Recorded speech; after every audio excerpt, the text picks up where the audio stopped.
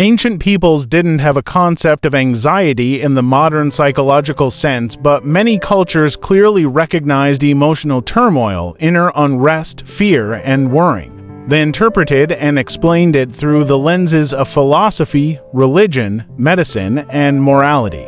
Here's how some key ancient cultures thought about what we now call anxiety. Ancient Greeks.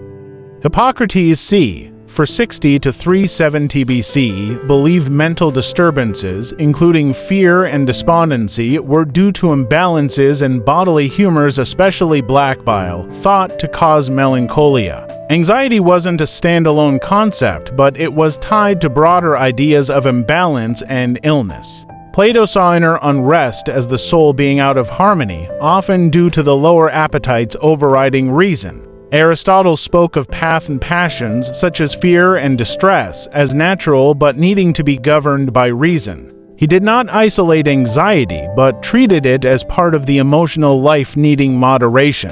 Stoic philosophers, for example, Epictetus, Seneca, Marcus Aurelius.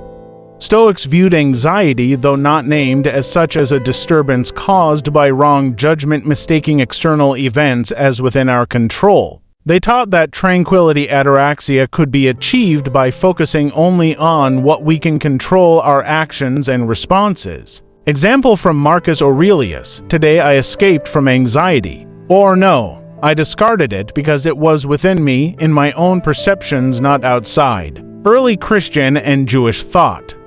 The Bible, both Hebrew and Christian scriptures, often addresses worrying and fear. Do not be anxious about anything, but in everything, present your requests to God. Philippians 4:6, cast your cares on the Lord and He will sustain you.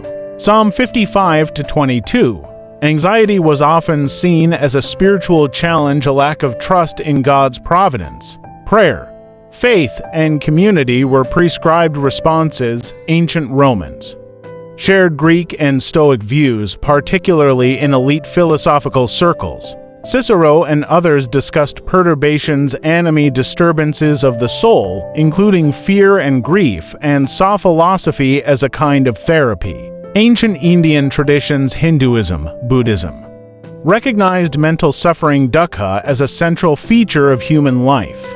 Buddha taught that anxiety, craving, and fear stem from attachment and ignorance. Through mindfulness, ethical living, and meditation, one could free oneself from these cycles. Yoga philosophy also aimed to still the fluctuations of the mind, chitta vritti nirada, which include worrying and fear. Ancient Middle Eastern, Mesopotamian cultures.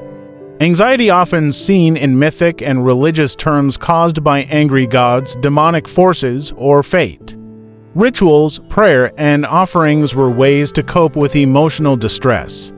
Summary: anxiety in ancient thought was viewed as a spiritual or moral failing to be corrected through faith or reason, a medical condition.